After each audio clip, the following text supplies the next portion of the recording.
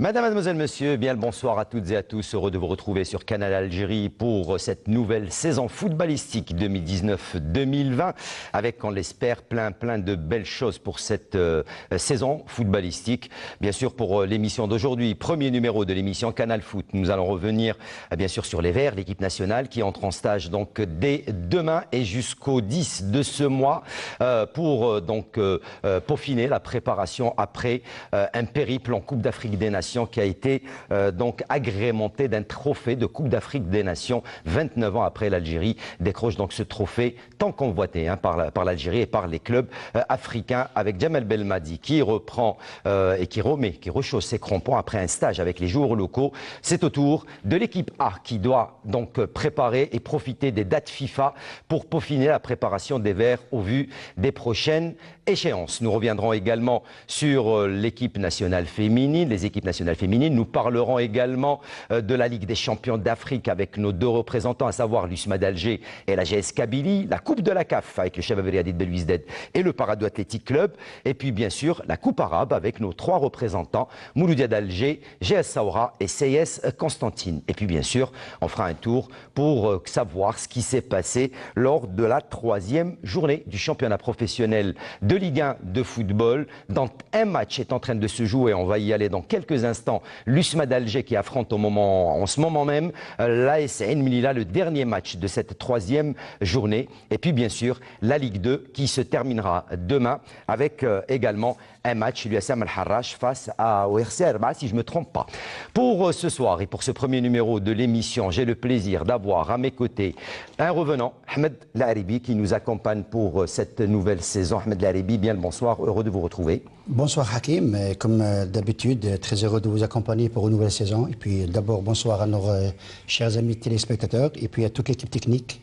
Et j'espère que cette saison sera forte en émotions. Et riche. Et riche aussi, voilà. Également avec nous, nouveau arrivé, il a été avec nous durant toute la Coupe d'Afrique des Nations. Nous avons le plaisir d'accueillir un grand gardien de but, un ex-gardien de but, un entraîneur, un grand monsieur du football national, Kawa Abdelnour. Qui ne connaît pas Kawa Abdelnour, qui a écumé les clubs, qui a écumé les terrains de foot, qui a écumé plein de matchs avec l'équipe nationale. Heureux d'être parmi nous. Très heureux de vous avoir également dans l'émission. Abdelnour Kawa, bienvenue dans Canal Foot. Merci, je suis très heureux de me retrouver parmi votre équipe. Je tiens à saluer tout d'abord notre ami Arsri que je n'avais pas vu depuis très longtemps. Et bonsoir à nos amis téléspectateurs. J'espère que, comme m'a dit tout à l'heure Ahmed, que cette saison sera riche en émotions et beaucoup de bons matchs surtout. Et l'invité de ce soir, on a choisi d'inviter un club que tout le monde connaît, les 100 et or, le Nasr Hussein Dey, qui a du mal, qui peine peut-être en cette entame de saison. Beaucoup de changements qui se sont passés lors de ce mercato estival. Avec nous ce soir, l'entraîneur de cette équipe, j'ai le plaisir d'accueillir Arsri Arman, conseiller en sport et entraîneur du Nasr Hussein Dey. Très heureux de vous avoir parmi nous, monsieur Arsri. Bien le bonsoir. Bonsoir Hakim, bonsoir amis téléspectateurs. Je vous remercie pour cette invitation et très honoré d'être parmi vous, le premier numéro de cette saison, et de retrouver mes amis, mes chers amis Abdelnour et Ahmed.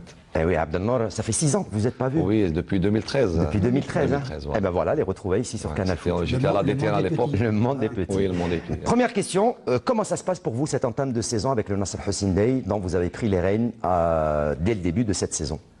Bon, avant tout, je remercie une personne qui était à l'honneur de me placer à la tête de ce club, c'est Nour Benzekri, que je salue.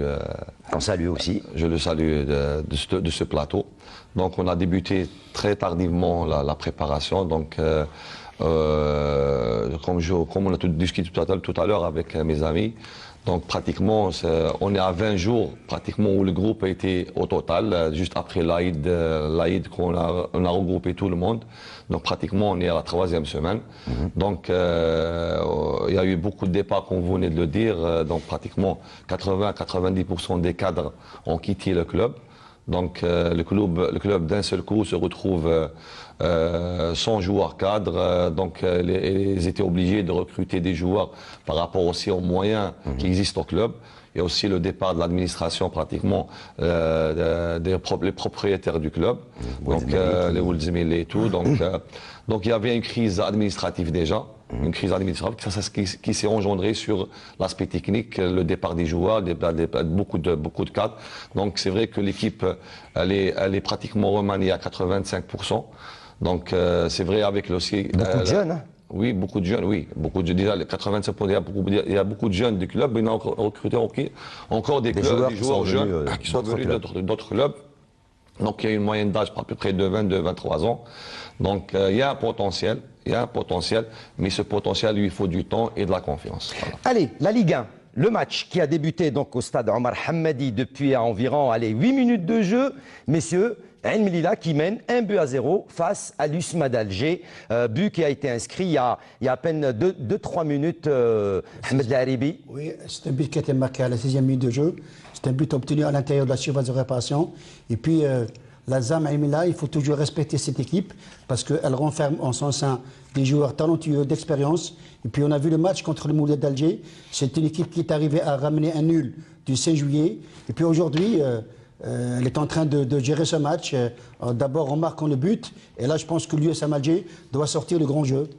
Allez, on va attendre également qu'on nous envoie les images de ce match, puisque on avait demandé d'avoir quelques images de cette rencontre qu'on va essayer de suivre durant cette émission. On n'aura pas bien sûr le résultat final, puisque le match se terminera à alentours de 23h. On aura déjà fini l'émission. Abdelnour, Lazam Ain Mellila qui crée encore la surprise. Ils avaient tenu tête au Mouloudia d'Alger lors de la première journée. Ils font la même chose aujourd'hui pour cette troisième journée. Je crois que Lazam, cette année, a retrouvé un peu l'esprit qu'ils avaient dans le temps, une équipe très combative. Et depuis les 3 matchs j'avais vu le match contre le Mouloudia, et j'ai suivi un peu ce match-là, nous sommes en train de le suivre. Je crois que c'est Ain Mellila d'antan qui revient, une équipe très accrocheuse. Et la preuve, il mène à 1-0. Bon, ça ne veut rien dire, c'est le début du match. C'est le début de la rencontre, 10 minutes de jeu. Mais c'est une équipe qui, dans quelques temps, moi je pense, sera très... Il faut compter avec cette année. Al-Sri ? Bon, il y a un bon boulot qui se fait par le staff qui est à la tête, qui est Yazdine Djoudi. Ils ont fait un recrutement de choix. Ils ont comblé par rapport aux défaillances de l'année précédente. Donc ils ont gardé pratiquement l'ossature. Ils ont renforcé avec quelques postes clés. D'ailleurs, on voit qu'il y a eu beaucoup de cohésion entre ces joueurs. Ça veut dire qu'il y a un travail qui se fait au niveau sur le plan technique. Et aussi, on connaît bien Ain Mellila avec leur tradition, équipe combative, équipe coriace, très très compacte derrière. Et je pense que cette année, ils vont faire beaucoup de problèmes au calibre de la Ligue 1. Eh ben, c'est ce qu'on verra. Donc, on va revenir sur le plateau. On vous donnera des informations sur cette rencontre tout au long de ce numéro de l'émission Canal Foot. Messieurs, on va démarrer et on rentre dans le vif du sujet. On va démarrer avec la rubrique incontournable de l'émission. C'est la rubrique Allez les Verts. Ça sera juste après le jingle.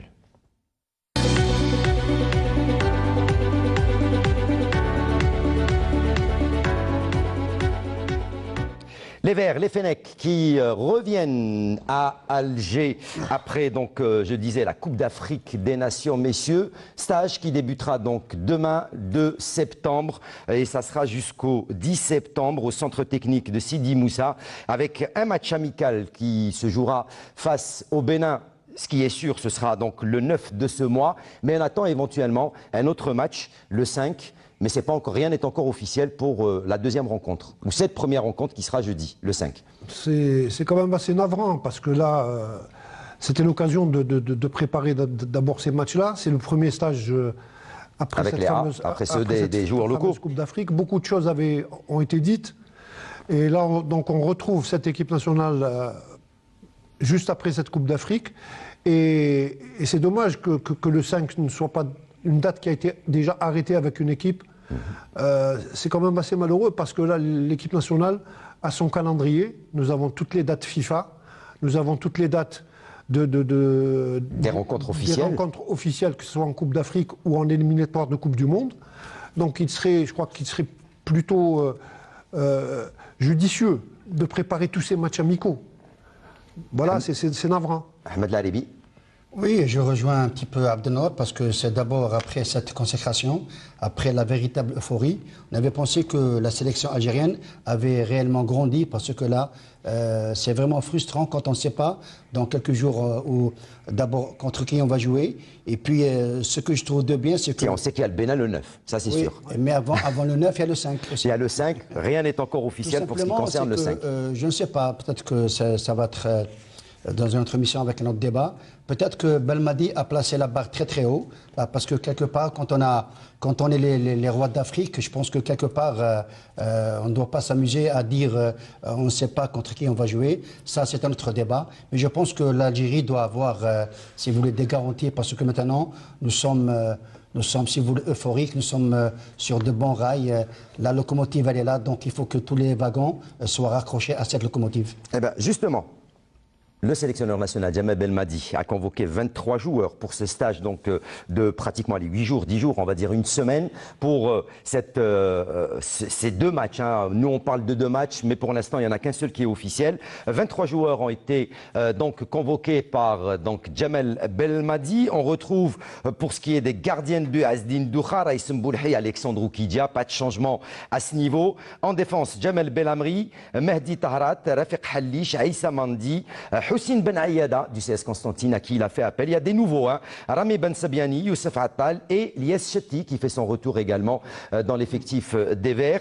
En milieu de terrain, Adlen Guedioura, l'incontournable, Ismaël Ben Nasser qui fait et qui commence à faire sensation avec le Milan AC, Mehdi Abid, Sofiane Farouli, Zinedine Farhat qui fait son retour en équipe nationale, Yassine Brahimi, Riyad Mahrez, Youssef Bellaili et Saïd Ben Rahma, les attaquants, Bagdad Bounedjah, Islam Slimani et Andy Delors. Messieurs, donc pratiquement 4 nouveaux. On avait parlé à un certain moment peut-être de Fawzi Roulem qui a reçu une pré-convocation mais qu'on ne retrouve pas sur la liste des 23.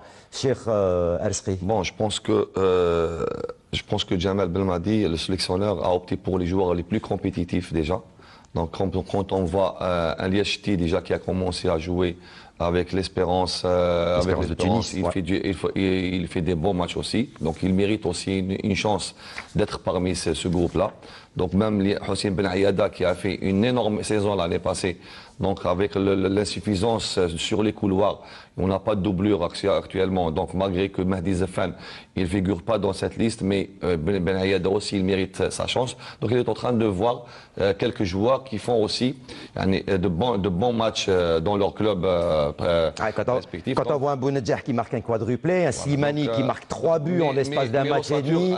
Mais l'ossature de l'équipe, elle est toujours là. Donc on voit les Attal, les Mahrez, la paire centrale, Belamri et tout. Donc il y a de nouveaux joueurs qui vont injecter au fur et à mesure.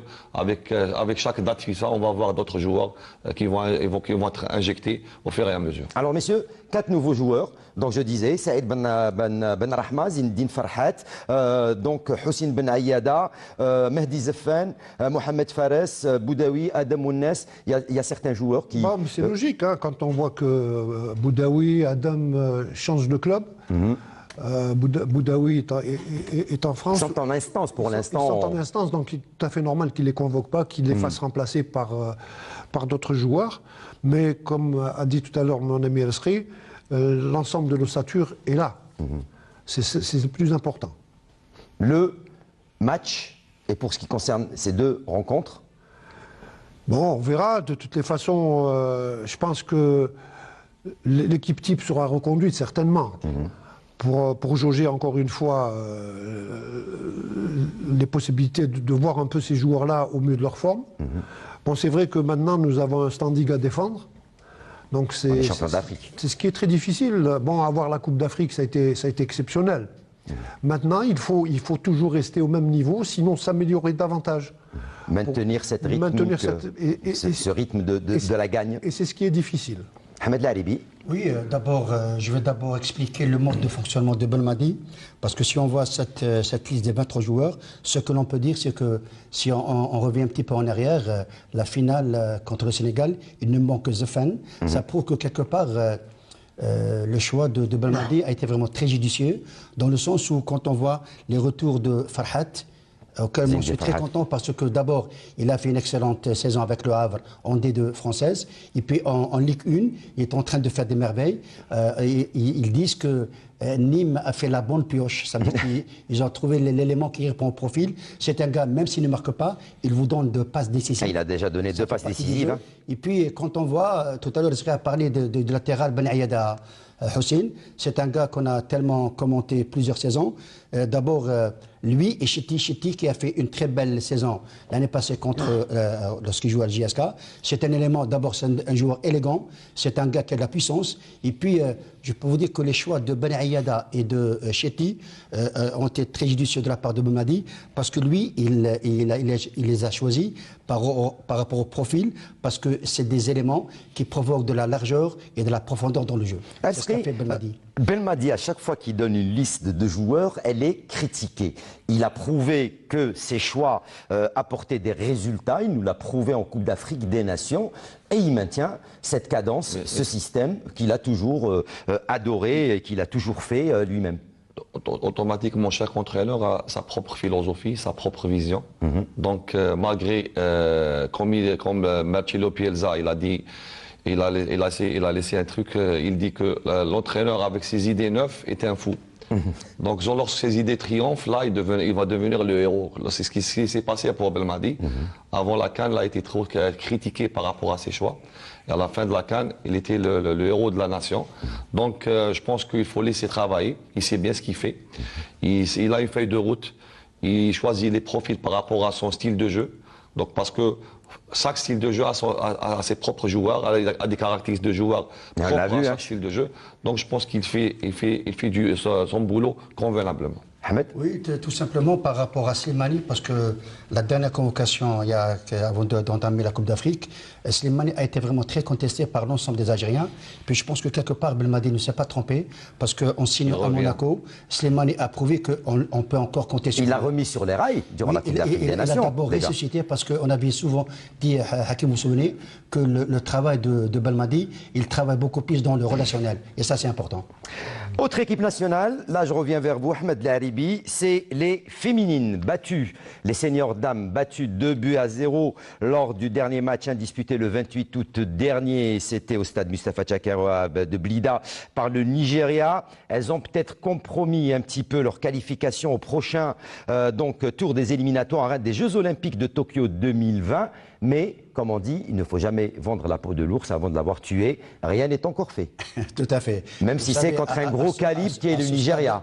À ce stade de la compétition, jouer une équipe comme le Nigeria, une équipe très compétitive, une équipe qui a participé il n'y a même pas 2 mois de cela à la Coupe du Monde en France. C'est des joueuses qui jouent pratiquement en Suède, en Chine, en France, au FC Barcelone. C'est vrai que moi j'ai eu l'occasion de suivre le match à Tchaker. C'est vrai qu'en face il y avait une équipe vraiment très solide, joueuse, très perfectible. Puis c'est des joueuses professionnelles.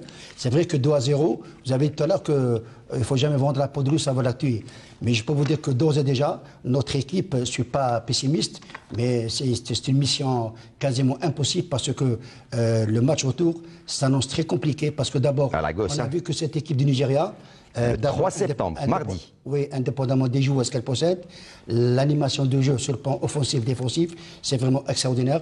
Quand on voit que le dispositif algérien était composé d'un dispositif de 4-5-1, laissant uniquement en pointe la numéro 7 qui joue à l'US Bisca, j'ai oublié son nom, la pauvre a été esselée parmi 4-5 joueuses derrière. Défenseurs. Et puis, on a constaté qu'à partir de la ligne médiane, à chaque fois que le Nigeria a accéléré le jeu, elle a démontré que sur le plan physique, elle a un potentiel de haut niveau. Voilà ce que j'ai à dire. Et puis, il ne faut pas oublier que les Nigérias nous ont déjà éliminés en U20 il n'y a même pas une semaine. Donc, quelque part, le Nigeria a été le bourreau de la sélection féminine. Voilà, en Jeux africains. Abdelnour, le football féminin. Bon, je ne suis pas trop, pour être sincère, mais enfin, c'est vrai que, en parlant du Nigeria, le Nigeria a dominé le football féminin depuis de nombreuses années. Tout à fait. De nombreuses années, et pour nous, ce n'est pas une tâche facile. Je rejoins un peu Ahmed quand il dit que c'est mission impossible. Ça va être très très difficile pour nos joueuses de se qualifier. La solution ?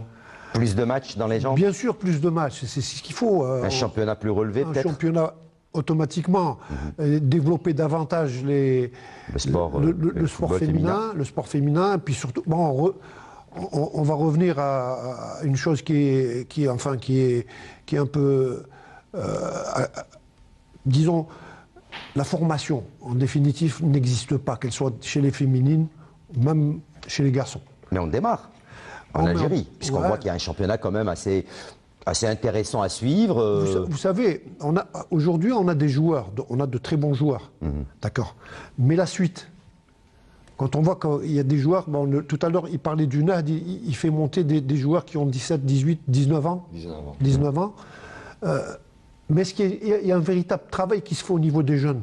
Je ne pense pas. Pas dans tous les clubs, en tout cas. Pas dans tous les clubs. Actuellement, pour moi, le seul club qui est en train de travailler, c'est le PAC. Il ne faut pas se cacher, il faut pas se voiler la face, voilà. comme on dit. Voilà. Il ne faut pas chercher midi à 14h. Moi, je me pose la question, où va aller notre football national? Juste un petit point. L'avantage que j'ai eu, que les 4 joueurs que j'ai fait monter, je les ai formés pendant 7 ans. Oui.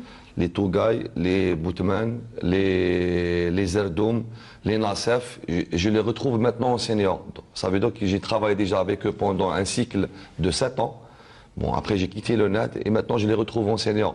Ça veut dire qu'il y a des joueurs qui ont déjà reçu une bonne formation. D'accord. D'ailleurs, à cet âge-là. Quand on vient voir un Tougaï à 19 ans, il porte le brassard de capitaine. Ils arrivent à être parmi les meilleurs actions en Algérie pour même avoir une chance en équipe A. Ce qui serait bien, c'est que tous les clubs puissent avoir les mêmes joueurs à faire accéder. Voilà. Quand on voit, bon, je saute un peu du coq à l'âne puisqu'on est en train de parler du football féminin. C'est pas grave, c'est en rapport. La formation sert aussi pour les féminines. Mais quand on voit un peu ce qui s'est passé dans ce mercato en été, c'est incroyable. La majorité des clubs, à l'exception justement de Ain Melilla et du PAC, le PAC n'a pas recruté. Il n'a pas besoin. Ain Melilla a recruté 2 ou 3 joueurs pour compléter un peu leur effectif, mais la majorité des autres clubs ont arrêté 10 à 12 joueurs et ont recruté 10 à 12 joueurs. C'est impensable. Cette année, on a recruté 17 joueurs. 17 joueurs, mais il y a eu quand même 14 départs. Oui, vous avez eu 14 départs. Donc, quelque part, est-ce que c'est logique? Non, c'est pas logique. Ouais. Voilà. Ça, c'est un autre débat. La situation est compréhensible. Bon, c'est un autre débat, on va sortir du débat. Ahmed Lalibi. Dans ce truc, Rizki a dit que j'ai fait monter 4 joueurs nouveaux qui sont des jeunes. Vous les connaissez parfaitement, Ahmed. Je les connais, c'est vrai. Mais ce que je voudrais dire, Rizki, indépendamment d'abord, bravo pour le travail que vous réalisez parce que vous allez relever un grand défi avec des joueurs inconnus au bataillon, vous êtes en train de travailler avec. Et puis, ce que j'ai envie de dire, c'est que vous avez fait jouer des jeunes, c'est par rapport aux besoins parce que les vrais cadres de l'équipe sont partis. Est-ce qu'en gardant les cadres de l'équipe, vous auriez aligné les joueurs nouveaux? Sincèrement, je vous dis sincèrement, Ahmed, ces joueurs-là, ils ont un potentiel. Je le sais. Ils ont un énorme potentiel. Moi, personnellement, je le dis en direct, j'aurais aimé garder 2 joueurs l'année passée. Laribi, qui est mon neveu. Oui, Laribi et Gasmi. J'aurais aimé les garder dans mon groupe parce que pour encadrer ces jeunes, ils leur donner la confiance. Et voilà. C'est des messieurs qui arrivent à gérer à l'image peut-être de Guedioura en équipe nationale, donc qui fait un excellent travail. On reste toujours avec les jeunes, les U20, vous en avez parlé tout à l'heure, qui ont participé aux Jeux africains. Donc au Maroc, ils décrochent la 4e place, ils ont perdu 2-1. C'est déjà un excellent résultat.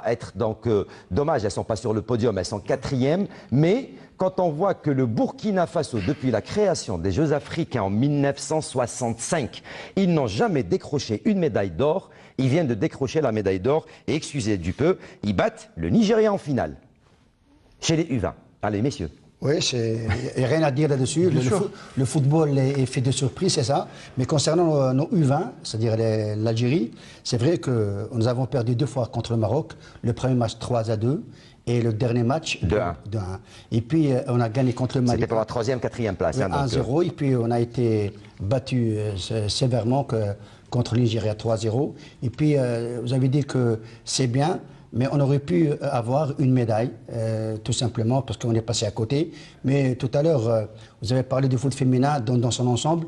La véritable problématique du foot féminin, et de se relancer quelque chose, c'est la période transitoire. C'est des filles qui prennent un congé de 3 à 4 mois, donc la forme sportive, elle n'est plus là. Donc à chaque fois, on faut tout reprendre à zéro. C'est ça toute la problématique. Ça demande réflexion aussi. Ah oui, on souhaite que le football féminin se porte de mieux en mieux. On espère bien sûr une qualification des filles lors de ce match retour face au Nigeria. Ça se passera à Lagos. Ce sera ce mardi 3 septembre. On passe à d'autres compétitions. Là, on va parler des 2 compétitions continentales très chères aux clubs algériens. 4 clubs algériens représentant notre pays dans les compétitions continentales. La Ligue des champions avec la GS Kabylie et l'USMA d'Alger qui pour l'instant sont en train de faire sensation, bonne impression avec leur première sortie. Et de l'autre côté, en Coupe de la Confédération africaine, le Chabab Riadi de Belouizdad qui revient donc à la compétition continentale, mais également une qualification historique pour le Parado Athletic Club qui font eux aussi bonne figure. Pour l'instant, on est seulement dans la première manche, on n'est pas encore dans la phase de poule. Tout à fait. Je pense que jusqu'à présent, nos clubs engagés en Coupe d'Afrique ou en Coupe arabe se portent à merveille, se portent très bien. Je voudrais tout simplement rebondir sur le match de la GS Kabylie contre le Horia Conakry de la Guinée. Moi, lorsque ça sera le 16e de finale, hein. Ce sera le 13-15 septembre. Il y a un certain temps, lorsque j'étais joueur au CRB, on avait joué cette équipe à Horia de Conakry. Elle était composée de pas mal de joueurs entre Hafia, que Abdenour connaît très bien, et Horia. Donc c'est une équipe très respectable. Elle est composée de joueurs, de 7 ou 8 joueurs locaux, avec des joueurs internationaux. C'est une équipe avec laquelle il faut faire beaucoup de calculs parce que ce n'est pas une équipe quelconque. Et puis Gormaïa qui a démarré tout simplement le championnat, elle a gagné je pense 5-1 lors de son premier match. Donc quelque part, c'est des équipes qu'il faut prendre au sérieux. Al-Sri, quand vous voyez la GS Kabylie cette saison, cette entame de saison, excellente pratiquement, on craint rien pour cette équipe en Ligue des Champions d'Afrique. Et idem pour l'USMA d'Alger, même si le démarrage se fait en dents de scie, même s'il y a énormément de problèmes dans l'équipe, mais ces 2 clubs peuvent aller très très loin en Ligue des Champions africaine. C'est clair, lorsqu'on a vu le départ de la GS à ce tour, d'arracher la qualification à 3-2 à Khartoum, c'est pas facile de revenir en score. Ça veut dire qu'il y a un mental, il y a un potentiel dans cette équipe. Donc je pense que la GSK, ils vont revenir à la scène africaine prochainement et même incessamment. L'équipe de l'USMA, malgré les difficultés, est présente. Hein. Elle est présente, elle est là, elle assure. Mais je pense que l'adversaire qui vont avoir le prochain adversaire, on l'a vu l'année passée avec le NAD, c'est l'équipe qui a éliminé pratiquement le NAD. Donc je pense que ça va être un match un peu difficile qu'il ne faut pas prendre à la légère. Voilà. Alors, avant de vous donner la parole, Abdenour, juste je rappelle, la Ligue des champions d'Afrique, donc les 16e de finale. La manche allée se jouera le 13 et le 15 septembre prochain. La GS Kabylie accueillera les Horia AC de Guinée et l'USMA d'Alger affrontera le Gor Mahia du Kenya. Ça sera ici à Alger. La manche retour, elle sera pour le 27 et le 29 septembre prochain. Abdenour. Vous savez, c'est vrai, comme a dit Ahmed tout à l'heure, on a fait les 4 clubs qui sont engagés démarrent très bien. Maintenant, la JSK contre Horia, c'est pas un match évident, c'est pas facile. On connaît le football guinéen. C'est dommage que la JSK joue le match aller à domicile. Ça peut être un avantage, il va falloir faire le plein au match aller. Même pour l'USMA. Il faudrait qu'ils fassent le plein, justement. Voilà. S'ils font le plein, c'est sûr. Mais moi, j'ai toujours souhaité, à travers les matchs que nous avions fait à l'époque en Coupe d'Afrique, on jouait plus souvent les matchs à l'extérieur d'abord et le second et la match manche retour ici. Moi, je pense que c'est beaucoup plus avantageux. Avantageux. Mais là, quand on doit, si on veut aller loin, il faut que ce soit à l'aller ou au retour, il faut faire de bons résultats. On a vu la GSK qui avait gagné ici, elle s'est fait surprendre à Khartoum. C'est un miracle, hein, c'est un miracle. C'est vraiment un miracle. En fin de match, ils perdaient 3-0. 5 minutes, la fin. 5 minutes la fin, c'est vraiment... mais c'est ça le football. Eh oui, c'est le charme du football. Absolument. En Coupe de la Confédération africaine, les 16e de finale, allez, ce sera pareil le 13 et le 15 septembre prochain. Le Parado Athletic Club accueillera le CS Sfaxien de Tunisie. Et quant au Chabab Riadi de Belouizdad, ils iront faire un tour du côté des Pharaons, chez les pyramides d'Égypte. La manche retour sera le 27 et le 29 septembre prochain. Oui, je pense, Abdenour, c'est que le Parado, d'abord, il faut se remettre à l'évidence qu'ils vont affronter un club de Tunisie CS Sfaxien, C'est un club très ouais, connu. Hein, ouais. Ils sont très professionnels. Et puis le CRB qui vont affronter une équipe de pyramide, je crois que moi je ne connais pas assez. Mais je pense que le CRB a la possibilité d'abord de jouer à l'extérieur. Et puis les deux équipes ne vont pas faire de long trajet. Ça veut dire que là, ils jouent en Tunisie et en Égypte. Ça va économiser beaucoup À plus. l'inverse de la GS Kabylie, Ouais, l'USMA ça va d'Alger qui économiser aura un beaucoup long plus déplacement. sur le plan de la récupération. Mais il me semble que tous nos clubs actuellement, ça veut dire qu'ils démarrent la saison. Et puis tous les clubs que nous avons sous les yeux ont une certaine maturité, ils ont une certaine expérience africaine. Donc et on peut leur souhaiter. Il va falloir bonne être chance. serein. Tout à fait, oui. Ouais, mais ça va être très difficile pour le PAC parce que là, le PAC est une équipe en reconstruction. On est en train de le voir à travers le championnat. Il débute le championnat avec 3 défaites. C'est pas fait pour les aider, mais là, ils jouent contre Sfax, qui est une équipe aguerrie. Ils n'ont pas été aussi gâtés, hein. Il faut rappeler. Hein. Ils ont joué le Mouloudia, ils ont joué à la GSK, ils avaient joué. Mais c'est une équipe qui est en reconstruction. Biskra, parce qu'ils- nouveau promu. Ils ont fait monter beaucoup de jeunes et il leur faut un peu de temps pour qu'ils puissent renouer un peu avec les victoires. Mais là, je vous l'ai dit, contre Sfax, ça va être un match très, très, très difficile pour eux. Vous connaissez le CRB, vous connaissez le Paradou, vous pensez que C'est clair. Donc cette compétition, au fur et à mesure en avançant, elle devient plus difficile. Donc le plus important, c'est de rentrer dans les poules et après, il va y avoir une gestion des matchs, des résultats. Mais le match du PAC, je pense que ça va être un match très difficile pour le PAC. Bon, comme il a dit, Ahmed, les pyramides d'Égypte, on ne connaît pas beaucoup, mais le football égyptien, on le connaît parfaitement, donc globalement. Mais bon, je pense que le PAC, c'est un match très difficile pour eux. Une équipe très coriace qui ont l'habitude d'aller plus loin dans cette compétition. Par contre, Cheikh Belouizdad doit profiter surtout au match retour. Voilà. Allez, juste avant d'aller refaire un petit tour du côté du stade Omar Hamadi pour la rencontre qui oppose l'USMA d'Alger à la AS Ain Mlila, toujours le score d'1-0 et on est à la 34e minute de jeu, on va y aller dans quelques instants. Un mot, messieurs, sur les représentants algériens en coupe arabe. On connaît cette coupe arabe qui est beaucoup plus attractif sur un plan financier que peut-être sur un plan technico-tactique. 3 représentants algériens, la GS Saoura qui vient brillamment de se qualifier en 16e de finale et qui rejoint le Mouloudia d'Alger et le CS Constantine, les 3 clubs qui vont représenter l'Algérie pour cette coupe arabe. Moi, je connais un peu. Quand j'étais en Arabie Saoudite, on a joué la coupe arabe. Bon, la coupe arabe, c'est vrai, c'est attrayant parce que d'abord, ça fait connaître un peu tous les pays arabes. Le Mouloudia, bon, c'est leur 3e participation, je pense. Ils avaient été sortis en quart de finale, je pense, lors de la précédente édition. Oui, mais ils sont habitués à cette coupe. Bon, la Saoura... Qui a déjà eu une participation historique en Ligue des Champions. En Ligue des Champions, mais là, ça dépend avec quel pays nous tombons. Si c'est avec le Bahreïn, si c'est avec Oman, si c'est avec des équipes un peu syriennes, les équipes les plus difficiles à jouer sont des équipes saoudiennes. Saoudienne, maghrébine aussi. Maghrébine aussi. Et égyptienne aussi. Donc, il y a l'Égypte, la Tunisie, et le Maroc. Hein, donc ils ont pratiquement le même jeu, voilà. Ils ont la même qualité. Et en plus les Saoudiens. Les Saoudiens qui ont un très beau football aussi. Voilà. Ahmed ? Oui, ce que j'ai envie de dire, c'est que par rapport à la nature des compétitions africaines ou confédérations ou arabes, un match est toujours bon à prendre parce que, indépendamment de l'aspect financier, il y a toujours cette qualité d'aller vers l'avant et de se frotter à d'autres qualités de jeu, à d'autres pays. Ça, c'est intéressant. Et le problème également, c'est l'accumulation des matchs. On sait que les joueurs algériens n'ont pas trop l'habitude. Oui, et l'accumulation des matchs, parce que bientôt on va rentrer également en Coupe d'Algérie, les éliminatoires. Il faut s'habituer, il faut s'adapter. On a tendance à dire que nos joueurs, ils ne sont pas assez compétitifs. Là, c'est l'occasion qu'on leur donne pour qu'ils soient compétitifs. Alsri ? Même ce qu'a dit Ahmed, donc je pense que cette compétition arabe, elle commence à avoir de l'ampleur par rapport à cette nouvelle formule. Donc on l'a vu l'année passée, il y avait les clubs UP du championnat arabe ont participé, donc indépendamment de l'aspect financier, mais aussi ça va rehausser le niveau de nos clubs algériens de gagner déjà en compétition. On sait bien quand on est en professionnel, au minimum 50-55 matchs par an, donc je pense que c'est la moyenne, ça sera la moyenne pour que notre niveau va rehausser.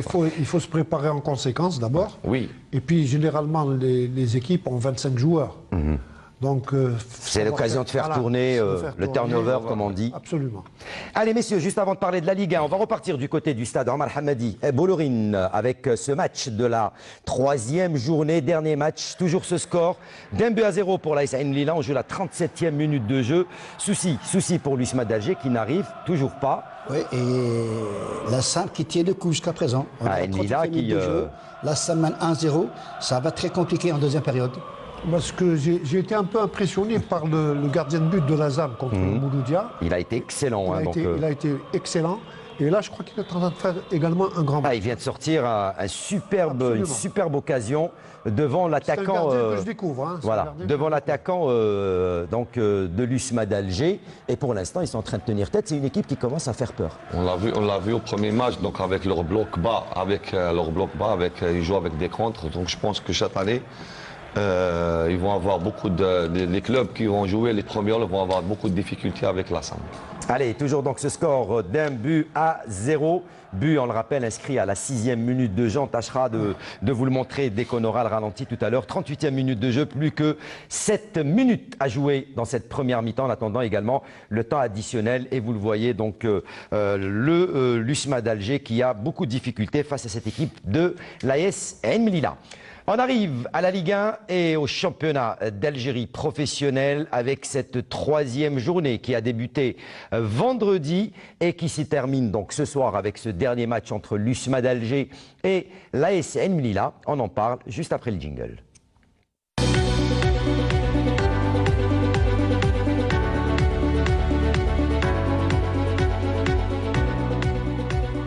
Je vais commencer par vous, Rahman Erzqi, entraîneur du Nasr Hussein Dey. On va dire peut-être un petit mot, un petit bilan sur ces 3 premières journées et cette entame de championnat professionnel de Ligue 1. Pour notre équipe du NAD. Pour vous et pour ce que vous avez pu voir depuis l'entame. C'était un début timide, de toute façon. Bon, c'était clair. Le rythme de croisière, pratiquement à la 6e, 7e journée, que les clubs qui ont fait une bonne préparation vont retrouver le rythme de compétition. Par contre, il y a des équipes qui sont en retard. On a vu beaucoup de clubs qui ont commencé avec difficulté. Donc le rythme, ça va être un peu retardé par rapport aux autres. Donc pour le moment, on dit que c'était un début de championnat un peu timide, où on ne trouve pas beaucoup de jeux, beaucoup de spectacles, beaucoup de jeux. Donc les équipes pratiquement jouent pratiquement avec prudence. Donc on n'a pas encore vu un bon niveau de notre football. Vous pensez que la mayonnaise n'a pas encore pris dans tous les clubs? C'est clair. Donc sauf quelques équipes qui ont déjà joué la compétition africaine, qui ont l'image de la GS Kabylie, ont déjà gagné des compétitions en plus. Ça leur a donné encore plus de confiance. Quand tu joues une compétition africaine, tu vas avoir plus de confiance par rapport aux clubs qui jouent uniquement championnat local. Donc, mais grosso modo, je dirais que le début de championnat est un peu timide. On n'est pas encore arrivé au rythme qu'il faut pour rehausser le niveau de notre championnat. Abdelnour. Ce qui est important, à travers ce que vient de dire Erzqi, ce qui est important, c'est que en début de saison, les 7, 8, disons le tiers du championnat, il faudrait accumuler le maximum de points. Et il y a des équipes qui sont en train de le faire actuellement. Ils sont au nombre de 5, qui ont 7 points déjà. L'MCO, la JSK, le Mouloudia d'Alger. Le Cap de Borj-Bouarelaj, le Chevalier des Belouizdad. Biskra qui arrive un peu après. Bon, il y a un peu toutes ces équipes-là. Et le NAD actuellement accuse d'un manque de préparation. 2 points seulement. Bon. Ce qu'il faudrait souhaiter, c'est que qu'ils aillent crescendo, mais qu'ils arrivent à avoir leur forme sportive à partir du 10e match. Et là, peut-être récupérer un peu de... Non, notre problème, Abdelnour, oui. C'est pas uniquement la préparation physique. Non, bon, c'est vrai qu'on est en train de rattraper au fur et à mesure. Au fur et à mesure, on injecte des microcycles de choc au courant de chaque trêve. Comme on profite de cette semaine pour faire un microcycle de choc pour rattraper déjà les retardataires. Toujours, il y a des joueurs qui sont en retard, dont on les tient en aparté avec notre préparateur physique. Je salue tout mon staff, qui est Hakim Hamlat et Hassan Nougui, Boumachouk, entraîneur des gardiens. Donc, on est en train de rattraper au fur et à mesure notre retard préparatoire. Et aussi, on a un problème de cohésion. Donc, il n'y a pas uniquement la préparation physique, il y a aussi de rattraper un peu les automatismes offensifs. On s'est basé au début d'avoir une bonne assise défensive, un bon bloc, principe de jeu défensif. Et après, au fur et à mesure, on est en train d'injecter quelques principes offensifs pour donner un peu une vocation offensive à cette équipe. Ahmed Laribi.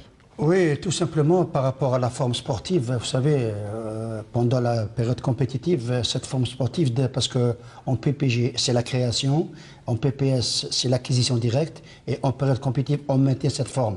Moi, je suis vraiment un petit peu inquiet pour le devenir de nos clubs, parce qu'on vient de démarrer le championnat, et nous sommes à la 3e journée. Il y a quelques équipes qui ont très mal démarré leur préparation. Ils s'appuient d'abord sur les matchs compétitifs pour mieux roder leurs joueurs. Et puis, il y a eu cet arrêt de championnat pendant presque 10 jours. C'est un frein d'abord pour les entraîneurs, parce qu'on a besoin de compétition à ce stade de la date. Alors, une 3e journée qui a profité à 2 clubs, à 3 clubs pratiquement, avec, voilà, on vient de m'informer que l'USMA d'Alger vient d'égaliser face à l'AS Ain Mlila. L'USMA d'Alger qui vient d'égaliser. On va essayer de voir le ralenti. On n'a pas vu le but de l'AS Ain Mlila. On va essayer d'aller voir le but de l'USMA d'Alger qui vient d'égaliser par l'intermédiaire de Koudri juste avant la mi-temps, 43e minute de jeu. L'égalisation pour l'USMA d'Alger devant Ain Mlila. Ils ont attendu la 43e minute de jeu. Voilà l'occasion. Et voilà la frappe tout d'abord qui vient taper dans le dos de la défense. Et Koudri qui a suivi derrière, qui va réussir à mettre cette balle au fond, imparable pour le portier de l'AS Ain Mlila. Un but partout avant la mi-temps entre l'USMA d'Alger et l'AS Ain Mlila. Je le disais donc, une 3e journée qui a profité au Mouloudia d'Alger, à la GS Kabylie, qui sont allés chercher quand même des victoires à l'extérieur, et au Shabab Riyadi de Belouizdad qui s'est imposé dans son derby algérois. On va rentrer directement dans le vif du sujet avec le match qui a débuté, la journée qui a débuté vendredi avec cette rencontre Kawa, l'US Biskra qui affrontait le nouveau promu, donc l'AS Ochlef. Ce sont 2 nouveaux promus. 2 nouveaux promus. 2 nouveaux promus. Ils se connaissent. Ils se connaissent pour avoir joué déjà l'année passée, il y a 2 ans, il y a 3 en D2. Bon, je crois que Biskra montre depuis le début de saison, puisque le premier match qu'ils avaient joué contre la JSK, ils avaient laissé une très bonne impression. D'ailleurs, ils menaient au score. Ils se sont fait rattraper. Là, bon, ils marquent un but sur penalty. Bon, mais c'est Ben Achour, qu'on est en train de voir. C'est 3 points. C'est Voilà. 3 points qui sont bons à prendre. Surtout, comme je l'ai dit tout à l'heure, en début de saison, il faut engranger un maximum de points, surtout pour les nouveaux promus, et essayer de maintenir ce rythme.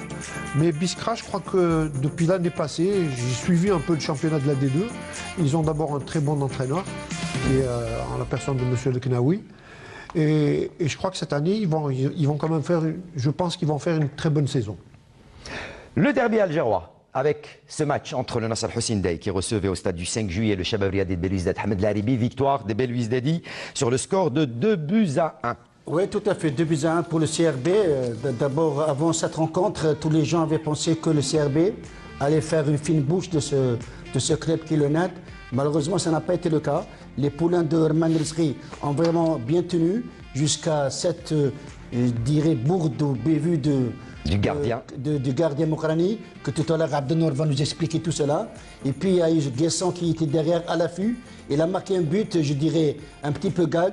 Mais juste après, le NAD 10 minutes est bien après. revenu avec un très beau but bien construit. Zerdoum. Là, on voit que Zerdoum il reprend à une seule touche de balle en volée et que Gaïa n'a rien pu faire. Et puis par la suite... Il y avait une superbe talonnade, hein, oui, tout faut le à fait. rappeler. Je pense que quelque part, les joueurs jeunes du NAD, par rapport à leur manque de confiance, par rapport au manque d'expérience, ils n'ont pas pu aller vers l'avant parce qu'ils avaient la possibilité, peut-être, je dirais, ça n'engage que moi, de gagner ce match. Mais en face, il y avait une équipe qui avait une réelle possession de balle.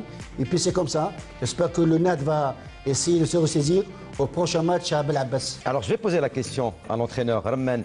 Qu'est-ce qui vous a manqué hier? Vous étiez bien, vous étiez bon.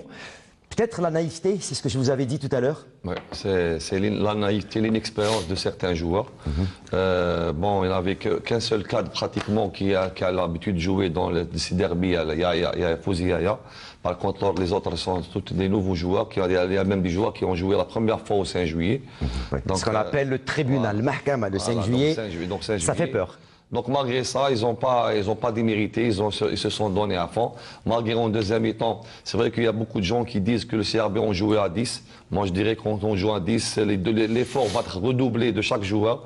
Donc ça va être avec plus de solidarité, plus de combativité de l'équipe de CRB. Ils nous ont mis en difficulté en deuxième mi-temps lorsque le CRB est revenu derrière avec un bloc bas. Mais nous, on a essayé plusieurs reprises, on a eu des occasions en deuxième mi-temps. Bon, ça reste toujours la dernière touche, l'inexpérience de certains joueurs, mais même nous, pratiquement devant, ça nous manque un peu d'expérience, surtout à la pointe. Vous avez un petit peu, je vais dire, engueulé vos joueurs. Vous avez joué quand même à 10 en infériorité numérique, pas vous, le Shabab Riadi de Belouizdad, depuis la 29e minute de jeu avec la sortie de Sayoud sur double carton jaune, carton rouge. Moi, je les ai engueulés par rapport aux balles arrêtées, parce que toute la semaine, on a travaillé les balles arrêtées. On a mis chaque joueur avec chaque joueur du CRB qui est bon de la tête. On a bien étudié. Vous avez travaillé ça? On a travaillé ça. Malheureusement, ça s'est tombé sur tout le travail que j'ai fait par rapport aux joueurs. Ils ont 3 joueurs qui sont bons de la tête. Keddad, Bouchard, le deuxième but. Nessar. D'ailleurs, c'est Keddad qui a marqué le deuxième but. Bon, malgré ça, je pense qu'il y avait une petite faute juste avant le but, parce qu'il y avait Keddad qui ont l'habitude de faire ça.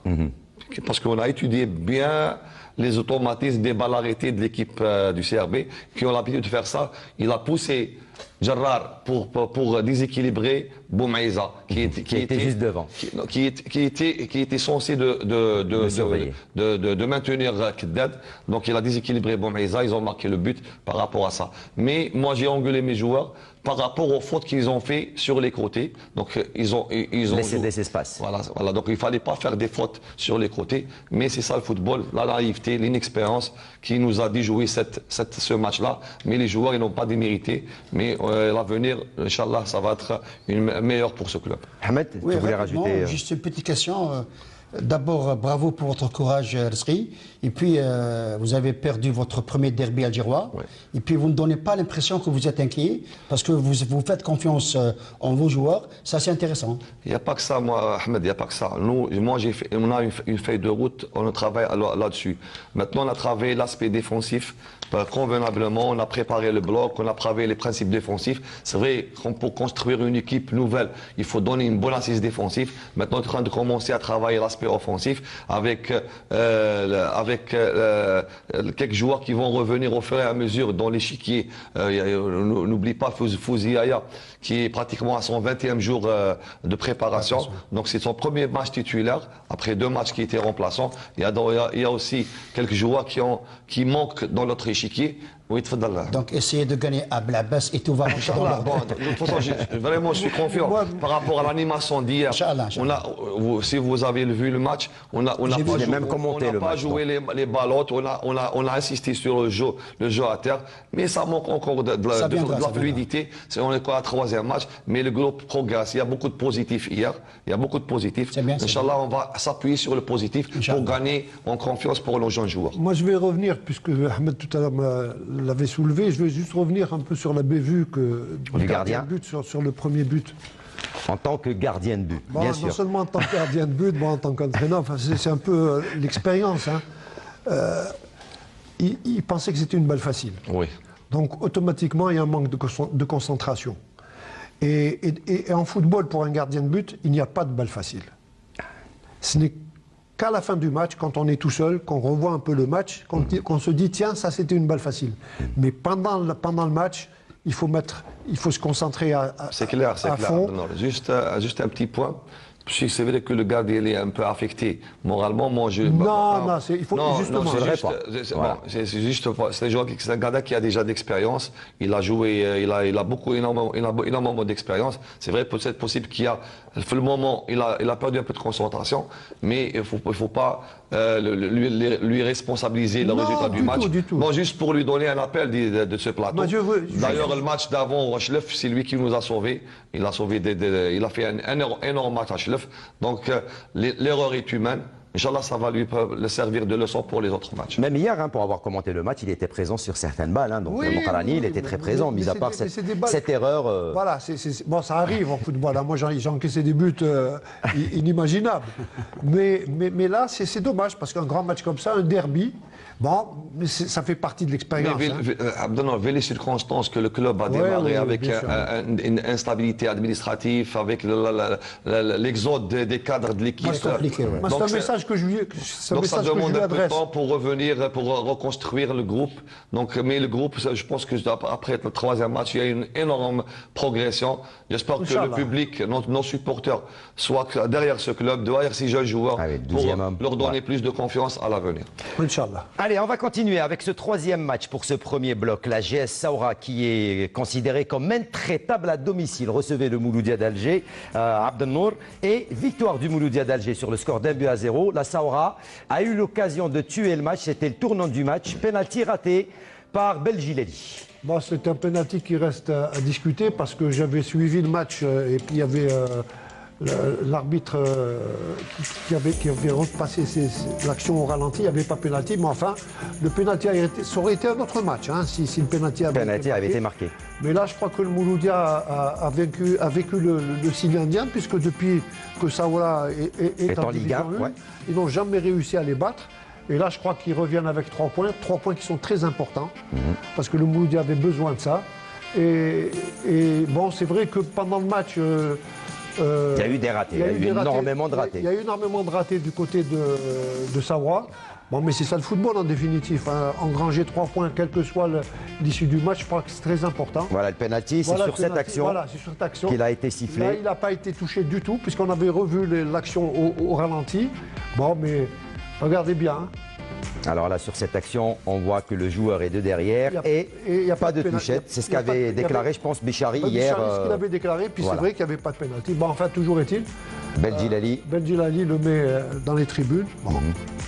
C'est des choses qui arrivent aussi, puisqu'on revenait un peu... Le but refusé à Yahya Cherif en toute fin de rencontre également, on va le voir tout à l'heure, il était en position d'hors-jeu.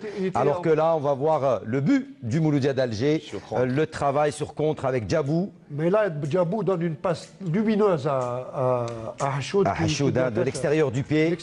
Et vous savez, hier on en avait discuté, c'est une passe qui est très difficile à faire, surtout quand on est en position statique. Sauf les gauchers. Sauf les gauchers, absolument. Voilà. Passe de l'extérieur. Et Djabou est connu. Voilà. Passe de l'extérieur, un très beau but. Voilà, donc avec encore d'autres occasions. Oui, Ahmed Haribi voulait rajouter un truc. Oui, voilà, ça c'est le but refusé pour Yahya Cherif. Et puis à la 72e minute, on retrouve Hachoud en position d'attaquant, ça c'est intéressant. Voilà. Voilà, alors là c'est le départ et on voit que Yahya Cherif était en position d'hors-jeu au départ du ballon. Score final, 1-0 pour le Mouloudia d'Alger qui réalise une superbe opération donc en allant chercher cette victoire et ces 3 points de Béchar. Un mot à l'esprit sur ces deux équipes qu'on connaît, la GS Saoura intraitable à domicile et le Mouloudia d'Alger. Intraitable à domicile, une stabilité administrative, une stabilité d'effectifs.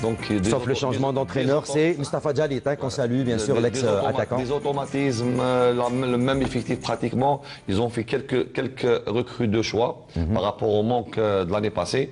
Mais le Mouloudia aussi, c'est une bonne équipe, c'est un bon groupe. Donc c'est vrai que, comme il a dit Abdelnour, le Mouloudia a battu le signe indien. C'est ça. Oui, rapidement, depuis l'accession de la GS Saoura en 2012, le Mouloudia n'a réussi qu'à avoir 2 nuls. Tous les autres matchs étaient des défaites. Il n'y a que Bernard Casoni qui est arrivé à ramener un nul et une victoire historique. Et puis le turnover de Bernard Casoni est en train de donner ses fruits parce que tout le monde a critiqué ses choix. Et puis quelque part, il est en train de réaliser ce qu'il a envie de faire dans le football. Et puis, vous savez, c'est pour ça qu'on dit qu'il faut laisser l'entraîneur travailler. Tout à fait. Travailler. Et puis, vous savez qui est l'ami de l'entraîneur? C'est les résultats. C'est les résultats. C'est les victoires. C'est les victoires, c'est sûr. Ni le président ni les joueurs. Ah bah oui, c'est surtout les résultats. Je reste avec vous, Ahmed Haribi, pour le carton de cette 3e journée. C'est la victoire de la GS Kabylie, 3-0 face au Parado Athletic Club au stade Omar Hamadi. La GSK qui fait fort en cette entame de saison, Ahmed Laribi? Oui, tout à fait. On dit souvent que dans le football, rien n'est garanti, mais tout est possible. C'est Hauchin qui doit être aux anges. Oui, tout à fait. Qu'on salue. À qui on fait un coucou. Moi, j'avais pensé que c'était le match du réveil de Paradou. Malheureusement, ça n'a pas été le cas. Une équipe qui avait déjà enregistré 2 défaites consécutives auparavant. Et puis, pour ce match contre le JSK, on avait pensé que cette équipe du Paradou allait relever, si vous voulez, allait plutôt sortir la tête de l'eau. Ça n'a pas été le cas. Cette équipe a été vraiment fragilisée sur le plan mental.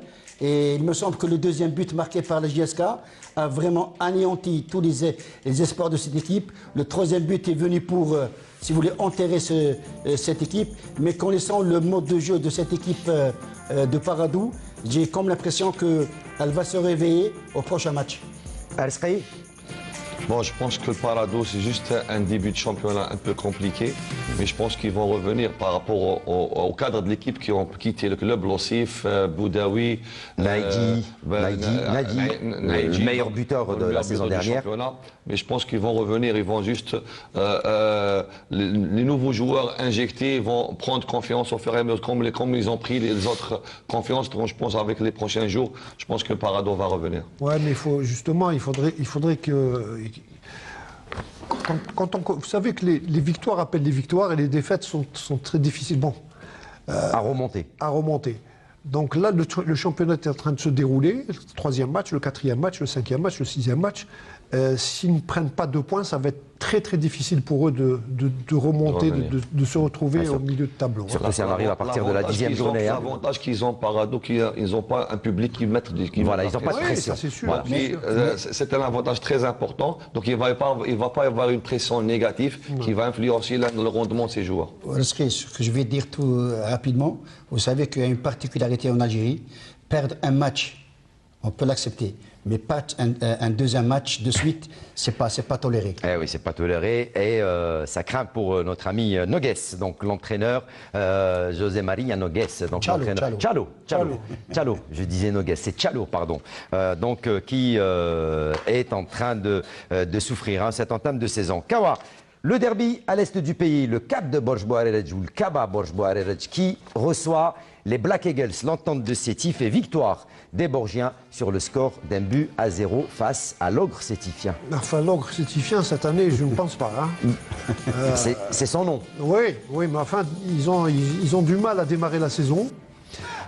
Contrairement à Borj Bouareraj, moi pas plus tard qu'aujourd'hui, j'avais discuté avec un des dirigeants de Borj. Et je crois que Borj est en train de faire du très bon travail, non seulement au niveau football, mais au niveau... Avec un superbe retourné, on est en train de voir le but du joueur Guessant, 78e minute de seul au point de pénalty. Oui, Guessant qui a déjà joué à l'USM Alger. À l'USM Alger. Et là, ça prouve quoi? Un coup de ciseau tout seul, au point de pénalty, il y a quelque chose qui ne va pas. Inadmissible. Il y a quelque chose qui ne va pas. Où était la défense, où étaient les défenseurs? Bon, mais toujours est-il que Sétif a beaucoup de peine à démarrer cette saison comme il le faut. Je crois que la victoire de Borj est méritée. Borj, comme je vous l'ai dit tout à l'heure, est en train de faire un travail énorme, non seulement au niveau footballistique, mais au niveau organisationnel. Avec Duma et Doudan à la tête du staff technique. Avec Doudan et puis avec un DG qui est assez compétent. Nader Bouznad, qui était quand même une personne extraordinaire. Et bon, on verra les résultats. De toutes les façons, c'est à partir du 10e match qu'on pourrait éventuellement jauger définitivement. Enfin, le championnat sera peut-être scellé d'ici là. Allez, le dernier match qu'on vous propose pour cette 3e journée, c'est le MC Oran qui frappe fort en cette entame de saison. Victoire des Hamraoua sur le CS Constantine sur le score d'1-0 Ahmed Laribi grâce à un but signé Mansouri sur penalty, 52e. Oui, Mansouri qui est à son 2e but sur penalty. Le premier but sur penalty, il avait déjà marqué contre l'USM Abbès au premier match. Et là, il marque le but de la victoire. Et vous savez, Hakim, malgré tous les problèmes rencontrés, plutôt que rencontre ce club de MCO, ils sont là, ils ont 7 points. C'est intéressant. Chérif El Wouzani qui a réussi à redémarrer la machine. Oui, qui a redémarré la machine. Et puis, il a gagné son premier match contre l'USMB à 3 buts à 1. Le derby de l'Ouest. Et puis, il est allé ramener un nul vraiment intéressant contre l'Ogre de Sétif. Et quoique il avait mené presque tout le long de la partie, puis il y a eu un penalty qui était un petit peu, si vous voulez, pas assez clair. Longtemps, c'était pas égalisé. Et puis, j'avais pensé que le CSC, après avoir gagné contre l'équipe de Bahreïn, elle a laissé un petit peu se révolter. Ça n'a pas été le cas. Donc, c'est une équipe qui est en train de se chercher dans ce championnat algérien. Et en plus, on parle du départ de Lavagne, je pense, qui va partir vers le Sili, qui est convoité par l'équipe nationale du Sili, de Guinée. De Guinée, voilà. C'est possible. Oui, c'est Après, possible. ces résultats en dents de scie, en entame de saison. Pour terminer, je pense, Hakim, que le MCO, avec cette nouvelle génération de joueurs, avec ce mode de fonctionnement de Chef Louzani, c'est une équipe qui est vraiment très respectable. Et également, l'autre nouveau promu, le NC Magra, on n'a pas les images, dommage, qui s'impose face à Belabès sur le score de 2-1 grâce à Tatem 70e, Demmen 81e. Belabès avait ouvert le score par Aïchi à la 62e, le NC Magra, qui nous avait impressionné la saison dernière en Ligue 2 et qui nous impressionne en cette entame de saison. Donc c'est une équipe pratiquement qui est dans la dynamique des victoires, dans la dynamique de la saison passée. Donc ils ont fait une très bonne saison l'année passée. Donc c'est la même équipe dirigeante avec un nouveau staff à la tête, Karim Zawi qui fait un bon boulot au niveau de cette équipe. Donc avec quelques éléments, quelques recrues de choix. Il y a El Arfi. Il y a El Arfi, oui. Il y a El Arfi, il y a aussi Islam Tatem. Tatem également qui a marqué. Excellent joueur. C'est un excellent joueur que j'ai connu. Ça fait longtemps. Donc l'équipe, elle est en train de gagner des points au début de saison. Donc juste une petite parenthèse, Hakim. Donc on a vu les équipes qui ont une stabilité administrative, qui ont bien débuté le championnat. Donc contrairement aux d'autres équipes qui ont été un peu perturbées sur le plan administratif, qui sont en train de peiner début de championnat, en l'occurrence les Sétif, le NED et d'autres équipes qui ont un peu de difficultés sur le plan administratif, contrairement à d'autres équipes qui ont été soi-disant une administration stable avec des sponsors, avec des moyens logistiques, avec les moyens financiers qui ont annoncé la couleur dès le début de cette championnat.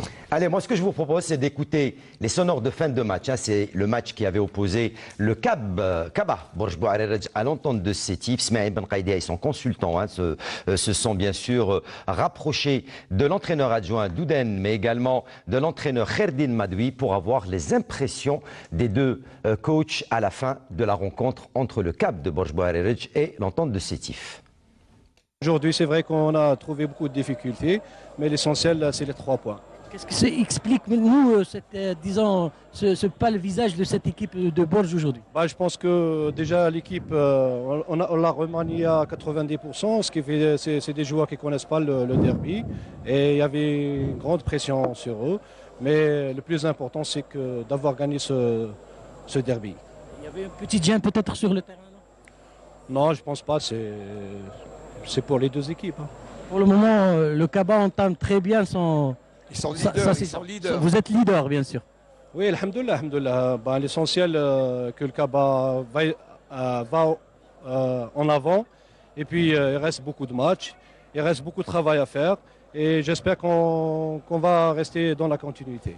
Oui, on a eu beaucoup d'occasions. Sur les 90 minutes, on manquait d'efficacité devant. Le Borj a eu un penalty, je crois, qui n'était pas très correct. Et puis le but d'une erreur défensive. Puis mauvais placement de notre défenseur. Mais voilà, c'est ça les matchs quand tu rates beaucoup d'occasions comme ça.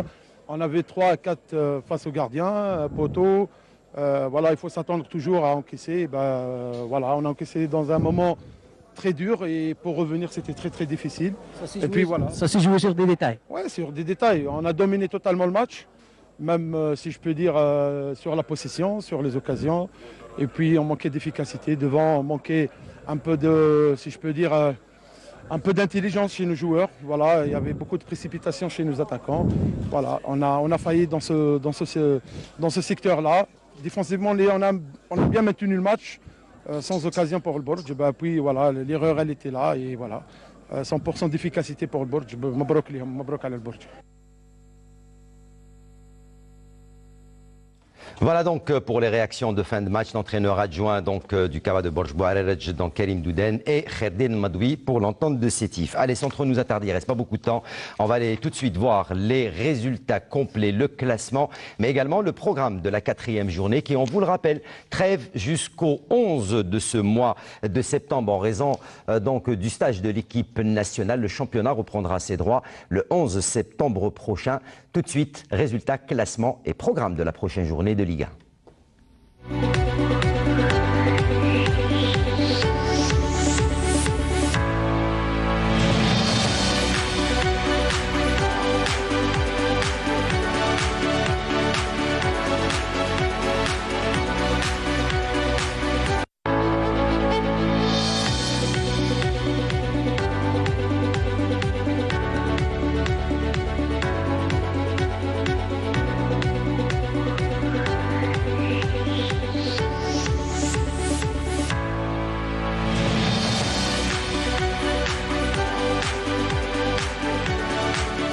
Et voilà donc un programme qui va s'étaler sur plusieurs jours, 11-12, 25 septembre pour CRB USM Biskra, mais également match retard de la deuxième journée entre la SAM Lille et la GS Saoura, ce sera le 16 de ce mois de septembre, et le match avancé de la 5e journée MC Oran Mouloudia d'Alger le 15 septembre en raison, vous le savez, de la participation des clubs algériens aux différentes compétitions continentales et arabes. La Ligue 2, très rapidement, puisqu'il ne reste pas beaucoup de temps, la Ligue 2, puisque le match également, on va revenir tout à l'heure très rapidement sur le match entre l'USMA et la SAM Lille qui va démarrer dans quelques instants. La Ligue 2 avec cette deuxième journée, messieurs, l'Olympique Médéa qui prend seul la tête du classement avec 6 points. Il est suivi par le RC Rilizen et le Wydad de Tlemcen qui sont respectivement deuxième au classement, et Médéa qui s'empare du classement grâce à ce match et sa victoire 3-1 face à l'USM Annaba. L'Olympique Médéa qui cette année démarre très fort la saison. Je pense que Médéa a montré sa couleur dès le début de cette saison. Malgré elle a profité de la conjoncture de Harrach où ils n'ont pas joué tous les joueurs. Ils ont un premier match, même deuxième match avec le SM Annaba aussi qui n'a pas joué avec ses joueurs. Donc elle a profité pour gagner le maximum de points et se placer à la tête de ce groupe. Mais c'est bon pour le moral, pour la confiance du groupe, pour que Médéa annonce sa couleur dès l'entame de cette saison. Et le match qu'on est en train de voir, c'était le match qui avait opposé le MOB de Béjaïa au Défa Tajnant. Victoire des Béjaouis sur le score de 2-0. Messieurs, un mot sur la Ligue 2 et ses rencontres avec Skikda qui fait match nul face à Rilizen, Saïda qui fait match nul face à l'Elma, Lazmodoran qui fait match nul face à Arze, 2 buts partout, ML Boussaada qui fait match nul face à la GSM Béjaïa, victoire du MOB face à Tajnant, victoire de Tlemcen face à Al-Khroub et victoire de Médéa face à l'USM Annaba. Dernière rencontre, c'est Harrach face au RC Arba ce lundi après-midi à 20h. C'est une journée où il y a eu beaucoup de matchs nuls. Ouais, énormément. Une victoire à l'extérieur. 4 matchs nuls. Une victoire à l'extérieur, celle de Médéa. De Médéa. Bon, puis 3 matchs à domicile gagnés. Bon, mais déjà, on voit tout de suite les équipes après 2 matchs. Bon, c'est un peu prématuré. Mais on voit tout de suite que l'OM Médéa veut rejoindre. Veut revenir. Absolument, absolument. Un degré moins de Rilizen aussi qui a raté l'année passée un peu l'accession. Tlemcen aussi. Le Tlemcen, alors Tlemcen, ça a été l'équipe surprise, parce que là, personne ne l'attendait en D2. On voyait tout de suite Tlemcen en Liga. Absolument. Bon, c'est un peu trop tôt pour parler un peu des prétendants, mais là déjà on voit que Médéa veut rejoindre la nationale. Ahmed.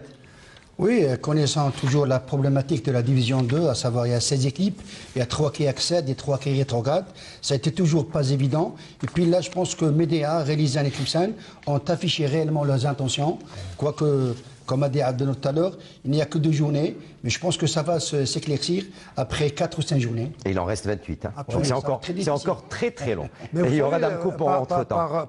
Les chiffres parlent d'eux-mêmes. Les équipes qui ont été championnes ou celles qui ont, mis à part l'année passée où il y a eu un petit suspense concernant National 2, les équipes prétendant au championnat se dessinent après la 10e, 12e journée.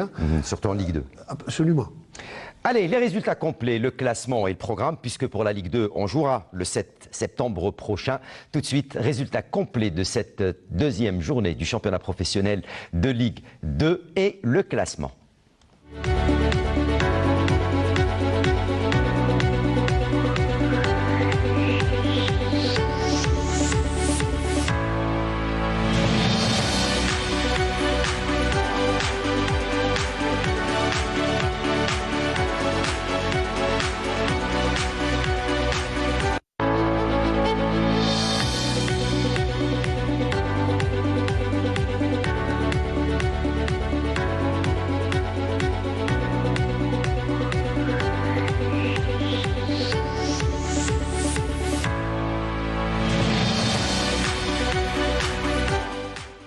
Voilà donc pour ce qui était de ce programme 1 de la Ligue 2 professionnelle. On arrive à la fin de ce numéro de l'émission. Le temps pour nous de remercier notre invité du jour, donc Erskri, Armen, entraîneur du Nasser Hussein Dey. Merci Cheikh, merci coach. Qu'est-ce qu'on peut vous souhaiter? Qu'est-ce qu'on peut qu'est-ce que vous pouvez nous dire? Gagner mais Belabbès. Pourquoi que Belabbès? Il y a encore plein d'autres matchs. Inch'Allah, on fera, Inch'Allah, avec ces jeunes-là, avec le groupe déjà commence à gagner de confiance, commence déjà à prendre conscience qu'ils sont capables de faire quelque chose cette année. Inch'Allah, avec les journées à venir, ça va être meilleur, Inch'Allah. Vous êtes confiant? Très confiant. Très confiant. Optimiste également? De toutes les façons, très optimiste. Le fait que je suis là. Erskri est un battant. Oui. Je le connais depuis toujours. Il a toujours relevé des défis. Bon, c'est vrai que c'est un défi un peu difficile puisque c'est une équipe, comme il l'a dit tout à l'heure, qui est en pleine reconstruction. Il a été DTN, il a l'habitude. Absolument. Il a l'habitude. Absolument. Donc, ce qu'il faut lui souhaiter, c'est il faut toujours se retrousser les manches et puis être très très patient. Très bien. Voilà. Ça. Merci. C'est moi qui vous remercie. Et puis on vous souhaite tout le bonheur avec votre équipe et avec le Nasser Hussein Dey. Inch'Allah, on vous aura encore une autre fois ici. Inch'Allah, avec plaisir. Très honoré d'être parmi vous, surtout d'être parmi le premier numéro de cette saison. C'est le premier. Vous êtes le premier. Voilà, donc, vous avez fait l'ouverture. C'était un plaisir aussi de retrouver mes anciens et mes amis et mes frères. Donc je vous remercie encore infiniment, Monsieur Hakim. Voilà. Abdelnour Kawa, merci. Ben, je pense que ça a été trop rapide. On a ça passe vite, ça passe vite, ça passe très vite. Ça passe très vite. 1h10, ça passe très très vite. J'espère que les téléspectateurs ont pu apprécier cette émission. Puis je vous dis à bientôt. Eh ben, à très bientôt, week-end prochain. Ahmed Laribi, merci. Oui, les belles choses sont toujours très courtes. Ouais, voilà. Absolument. C'est vrai, d'abord, on a passé un bon moment et puis on souhaite bon vent à notre frère Erskri. Et puis ça a été un réel plaisir de vous accompagner. Merci à vous, chers amis téléspectateurs. On vous rappelle bien sûr la page Facebook, la page YouTube, mais également les www.tv.dz pour revoir les émissions de la télévision algérienne, mais aussi de Canal Algérie. Merci à toute l'équipe technique de la Régie 1 d'avoir veillé à la retransmission de ce numéro de l'émission Canal Foot. À leur tête, notre réalisatrice Amel Benbatouche, notre script Smati Radouane. Merci à vous de nous avoir prêté attention, de nous avoir reçus chez vous. Je vous souhaite de passer un agréable moment à la suite des programmes de Canal Algérie. Je vous dis ciao, bonsoir et à très bientôt pour un autre rendez-vous sport sur Canal. Bye.